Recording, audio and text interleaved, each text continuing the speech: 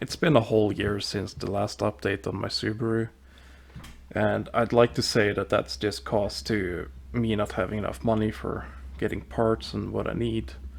But in reality, it's just I don't have the sort of work capacity that most people have. So I just try to do whatever I can every day, even if that's only like 20 minutes of doing something. I try to just do something every day. So progress has just been painfully slow. Originally, I was gonna make one video where I just uploaded the entire engine build and that was gonna be it, but I realize now that's just gonna take too long, so instead what I'm gonna try and do is just make shorter videos more frequently. I'm not gonna say how frequently, maybe once a month or something, but at least some updates where something is happening. That's my goal. So for this video, all I've done is just measure clearances, specifically oil clearances, like the made rod journals, main clearance for the crankshaft, that sort of stuff. I know it's not much, but it is something, and it does help me to figure out what I need in terms of uh, bearings, so I can move on to the next step.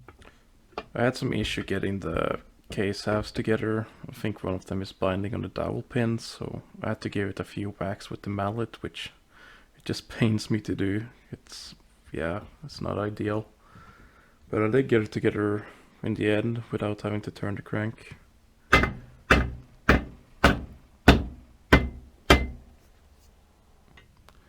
After I got the cases back together, I decided to try and bolt it together with the cylinder head bolts before I realized my mistakes. Took out the cylinder head bolts and put in the correct bolts, or the correct case bolts, which seem to work a lot better.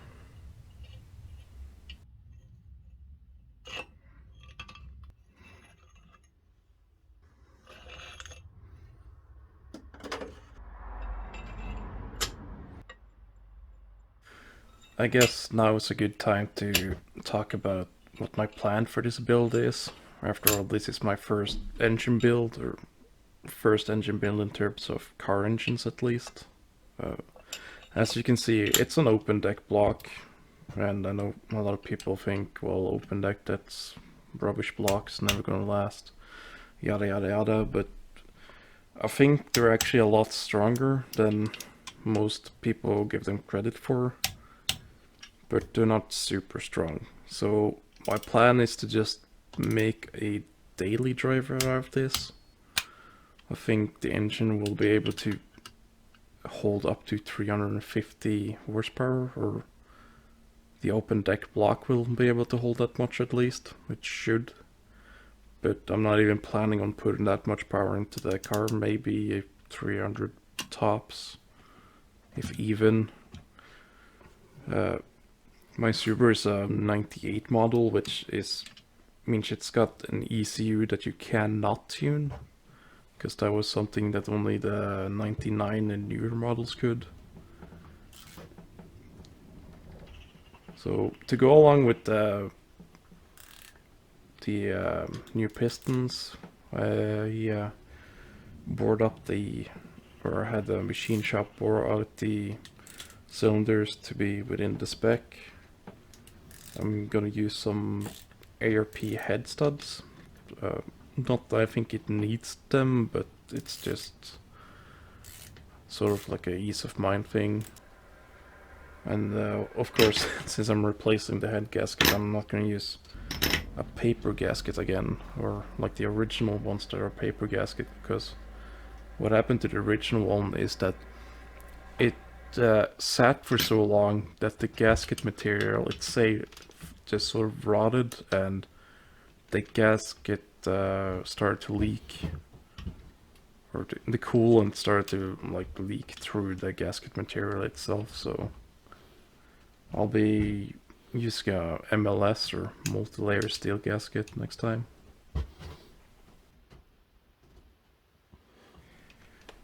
Since this is my first like proper engine build, I am of course prone to making mistakes, so I try to go slow and sort of like double step, if that makes any sense. Or retrace my steps and make sure I do everything right, but I've already done a mistake so far in this video, and if you've been paying attention to what I'm doing, you might have seen it already. But if not, don't worry, I'll show you later.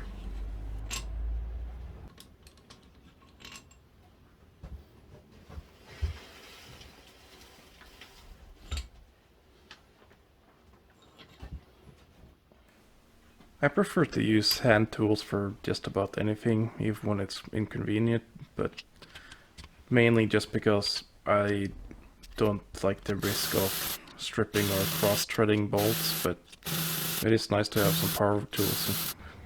Sometimes when there's so much thread on these bolts, it's going to take forever to unscrew them by hand.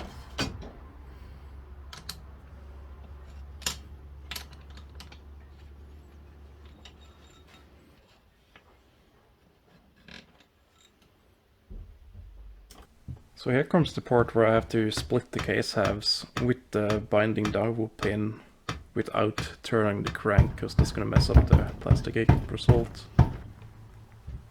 Now, somebody once told me that if something seems too hard when you're working on something mechanical like an engine, there's a good probability that you're doing something wrong. And that's the mistake I was talking about earlier, because what I was doing wrong here, of course, was that I forgot one of the bolts. Yep, one of the perimeter bolts were still stuck, and I was whacking at the engine with the mallet for 20 minutes maybe before I realized my mistake.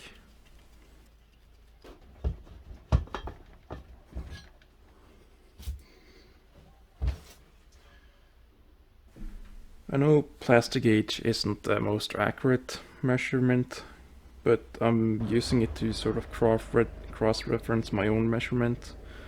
So I haven't measured the bore yet with the bearings in them, but I'll do that and then subtract that from my measurements of the crank itself, and then cross-reference that with the measurement of the plastigauge here. I'm gonna reuse the old rods, but I am gonna replace the rod bolts with newer, stronger ARP rod bolts, which it turns out that on ARP's website, the bolts that I ordered won't actually fit my engine because they're made for the EJ257, whereas my engine is originally a EJ207. But when I looked at the part number for the rod bolts on both the EJ207 and EJ257, they not only use the same rod bolts, but they use the same rods as well. So I asked ARP if I could use them, and they made me take some measurement of my old rod bolts, and turns out, yeah, I can use the EJ25 bolts on my EJ207. I struggled with the printer for half an hour to print out the instruction sheet you see in the background there, only to find out that the instructions are actually included in the packaging.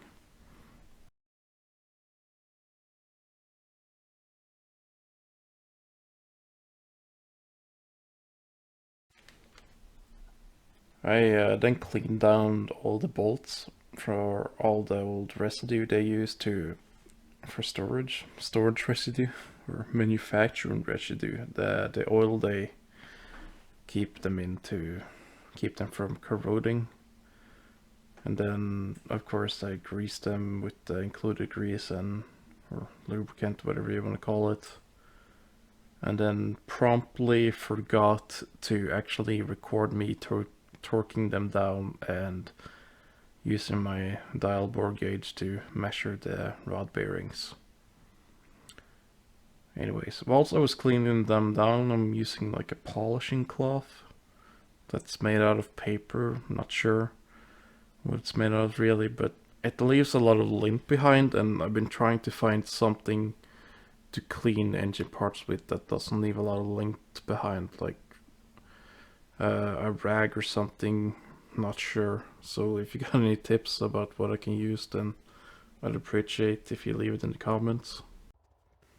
So after measuring the rod clearance to the crank, I then have to of course measure the crank itself.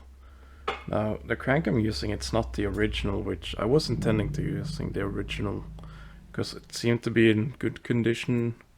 It just needed a little bit of polish on the journals. But then I discovered that the keyway for the woodruff key that holds the pulley was like worn out, and it seemed like somebody had tried to repair it before and they hadn't done a really good job of it. And if I was gonna get somebody to weld that and polish the crank on top of that, then it would probably cost me more than it would cost me to buy this new crank. And also this crank is the newer type that is nitrated steel, and it has the cross drilling for better lubrication, so yeah, it was just better to buy a new crank, honestly. Since I forgot to record the next steps I did, I thought I'd just include this video I recorded the other day of a local car club having a parade going by our house, so yeah, enjoy.